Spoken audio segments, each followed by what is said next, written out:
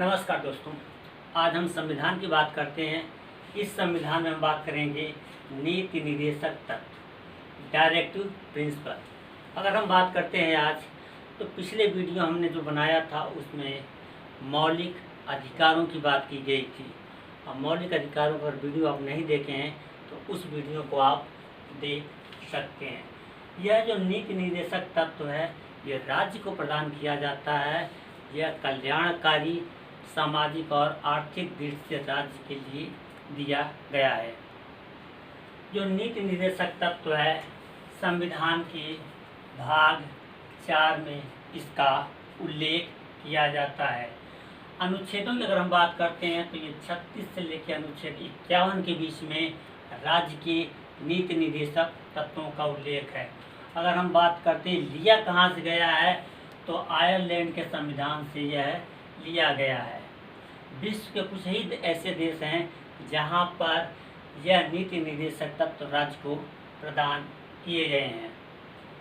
अगर हम बात करते हैं मौलिक अधिकार और नीति निर्देशक तत्वों में अंतर समझ लेते हैं तो ये पढ़ना आसान हो जाएगा। अगर हम बात करते हैं मौलिक अधिकारों की, तो मौलिक अधिकार अनुच्छेद 13 के तहत हम न्यायालय में जाके अपने अधिकारों की रक्षा कर सकते हैं। लेकिन नीति निर्देशक जो तत्व हैं, इनको अनुच्छेद 37 के तहत किसी भी न्यायालय से लागू नहीं करवाया जा सकता है। अगर लागू करवाना है तो ये जनता द्वारा लागू करवाया जा सकता है, सरकार पे दबाव बनाकर, न कि न्यायालय द्वारा लागू करवाया जा सकता है। जो मौलिक अधिकार हैं, ये नकारात्मक प्रवृत्तियाँ, यानी राज्य इसमें रोक नहीं सकता है, हस्तक्षेप नहीं करता है। लेकिन नीति निर्देशक तत्व सकारात्मक प्रवृत्ति का है। ये राज्य इस पे लागू करने के लिए अपने सुरक्षा पर, अपने संसाधनों पर निर्भर होता है। ये जो नीति निर्देशक तत्व है, एक राज्य को प्रदान किया गया है और मौलिक अधिकार हमको, व्यक्ति को प्रदान किया जाता है। जो नीति निर्देशक तत्व, इसमें सामाजिक, आर्थिक और कल्याणकारी राज्यों को समाहित किया जाता है। और हमारा जो मौलिक अधिकार है, यह एक राजनीतिक प्रवृत्ति का है। नीति निर्देशक तत्वों में समय समय पर संशोधन करके कुछ अनुच्छेद इसमें समाहित किए गए हैं। सबसे पहले हम उसको देखते हैं। जैसे 42वां संविधान संशोधन किया गया था 1976 में। इसमें कहा गया था, नया अनुच्छेद जोड़ा गया 39 का। इसमें कहा गया, समान न्याय और निःशुल्क विधिक सहायता प्रदान किया जाएगा प्रत्येक व्यक्ति के लिए, यह कहा गया है। 43 का में जोड़ा गया है, यह कहा गया है, उद्योगों के प्रबंधन में कर्मकारों की भागीदारी, यानी जो उद्योग लगाया गया है उस उद्योग का प्रबंधन जो है एक तरह से मजदूरों के भी हाथ में होगा, ऐसा कहा गया है 43 का में। अगला है 48 का। इसमें पर्यावरण, वन तथा वन्य जीवों की रक्षा की बात कही गई है और इसके माध्यम से पर्यावरण की संरक्षण हम करते हैं। अगर हम बात करते हैं संविधान का 97वां संविधान संशोधन 2011 में ये किया गया है, जो हमारी 43 ख अनुच्छेद जोड़ा गया है। सहकारी समितियां इसमें शामिल की गई हैं। परीक्षा के दृष्टि से ये 3 अनुच्छेद सबसे महत्वपूर्ण हैं, जो पूछे जाते हैं कि ये कब कब जोड़े गए हैं। 42वां संविधान संशोधन 1976 द्वारा ये जोड़े गए हैं। जोड़े तो और भी गए हैं, लेकिन ये परीक्षा के दृष्टि से महत्वपूर्ण है। अनुच्छेद 39 घ यानी डी, इसमें कहा गया है, समान कार्य के लिए समान वेतन दिया जाएगा, चाहे स्त्री हो चाहे पुरुष हो। अगर एक ही वर्ग दोनों कर रहे हैं तो उसको समान मजदूरी दिया जाएगा। ऐसा नहीं कि वह महिला है, उसकी शारीरिक क्षमता कम है, उसको कम वेतन दिया जाए, नहीं। समान कार्य कर रहे हैं, इसलिए समान दोनों की मजदूरी दिया जाना चाहिए। अगला है आपका 40वां है अनुच्छेद, ग्राम पंचायतों का गठन किया गया है। इस ग्राम पंचायतों का गठन के तहत कहा गया है कि संविधान के भाग 9 का में जो है, संविधान के भाग 9 में इन पंचायतों का गठन किया गया है। बाद में संविधान संशोधन जो है 73वां किया गया है, उसमें संवैधानिक दर्जा दिया गया है इस ग्राम पंचायतों को, और वहाँ पर 3 तरह से इसका त्रिस्तरीय व्यवस्था की गई है। इसकी हम चर्चा बाद में करेंगे। अनुच्छेद 41, इसमें कहा गया है कुछ दशाओं में काम, लोक सहायता तथा पाने का अधिकार, कोई भी व्यक्ति अपने बेरोजगारी भत्ता या कुछ इस तरह का कार्य जो करता है या नहीं कर पा रहा है, उसको अनुच्छेद 41 के तहत ये सब काम, शिक्षा, लोक सहायता पाने का अधिकार दिया गया है। अनुच्छेद 42 की अगर हम बात करते हैं तो इसमें काम की न्याय संगत तथा मानवोचित और प्रसूति सहायता पाने का अधिकार। इसमें ऐसे जगहों पर काम व्यक्ति से नहीं लिया जाएगा जो जोखिम भरा हो या उसके स्वास्थ्य पर बुरा प्रभाव डालता है, यहाँ पर मनाही की गई है। मानव यानी उसके मन मस्तिष्क पर बुरा प्रभाव डाले। और प्रसूति सहायता, महिलाओं के लिए प्रसूति सहायता की बात कही गई है अनुच्छेद 42 में। अनुच्छेद 43 में कामगारों के लिए मजदूरी व कुटीर उद्योग का प्रोत्साहन की बात कहा गया है। इसमें कहा गया है कि इसके माध्यम से मजदूरों को कुछ मजदूरी प्रदान की जाएगी, और यही में मनरेगा का भी उल्लेख इसी अनुच्छेद 43 में किया गया है। अनुच्छेद 44, इसमें कहा गया है नागरिकों को समान नागरिक संहिता प्रदान किया जाएगा।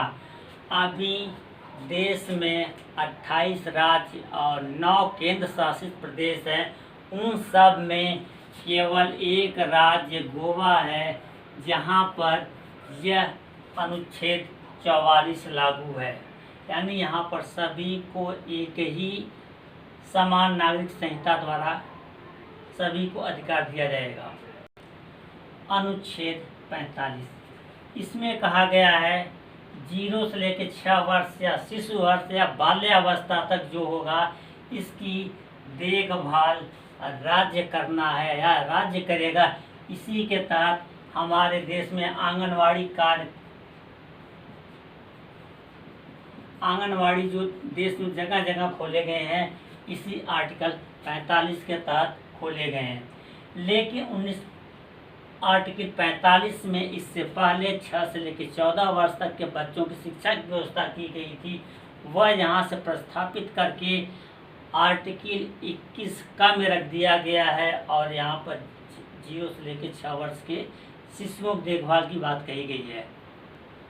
अनुच्छेद 46, अनुसूचित जाति, अनुसूचित जनजाति और अन्य पिछड़ा वर्ग के लिए शिक्षा और अर्थ से संबंधित प्रावधान अनुच्छेद 46 में किया गया है। यहाँ शिक्षा और अर्थ से संबंधित प्रावधान 46 में किया गया है।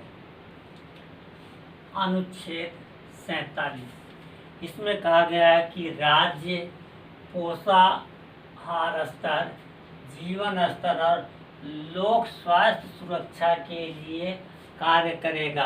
राज्य ऐसा कोई कार्य नहीं करेगा जिससे लोगों के जीवन को खतरा उत्पन्न हो। इसको देखते हुए अनुच्छेद 47 में ये सब व्यवस्था की गई है। अगला है अनुच्छेद 48, इसमें कहा गया है कृषि एवं पशुपालन का संगठन। ये जो हमारे कृषि है, पशुपालन है, इसका संगठन किया जाएगा 48 में कहा गया है। लेकिन 48 का 42वां संविधान संशोधन द्वारा वहाँ जोड़ा गया है, जीव जंतुओं की हत्या करने से वहाँ पर रोका गया है। अगला है अनुच्छेद 49, इसमें कहा गया जो राष्ट्रीय महत्व के हमारे स्मारक स्थान और वस्तुएं हैं इसका राज्य संरक्षण करेगा। इसमें जो भी हमारे राष्ट्रीय महत्व हैं जैसे आगरा का ताजमहल है, आगरा का किला है, दिल्ली का लाल किला है, इस तरह के जो राष्ट्रीय महत्व को प्रेरित करने वाले हमारे स्मारक हैं उसकी रक्षा करेगा राज्य। ये कहा गया है 49 में। 50 में कहा गया है कि कार्यपालिका और न्यायपालिका दोनों अलग अलग पृथककरण कर दिया गया है कि कार्यपालिका का अलग कार्य है और न्यायपालिका का अलग कार्य है। दोनों अपने कार्यों से अलग अलग तरीके से करेंगे और दोनों में टकराव नहीं होना चाहिए, ऐसा कहा गया है 50 में। अनुच्छेद 51 अनुच्छेद 51 में कहा गया है कि जो अंतर्राष्ट्रीय शांति और सुरक्षा की अभिव्यक्ति करा जाएगा। हमारे संविधान में कहा गया है जो हमारे पड़ोसी देश हैं इनके साथ हम शांति सुरक्षा की भावना के तहत सब कार्य करेंगे। इसी के तहत पंचशील का सिद्धांत हमारा चाइना के साथ जुड़ता है। ये हमारे नीति निर्देशक तत्व अनुच्छेद 36 से लेके 51 तक वर्णन किया गया है। लेकिन जो नीति निर्देशक तत्व भाग 4 में कहा गया है इसके अतिरिक्त भी कुछ ऐसे जगह हैं, अन्य भाग हैं जहाँ पर राज्य के लिए कुछ कार्य दिए गए हैं।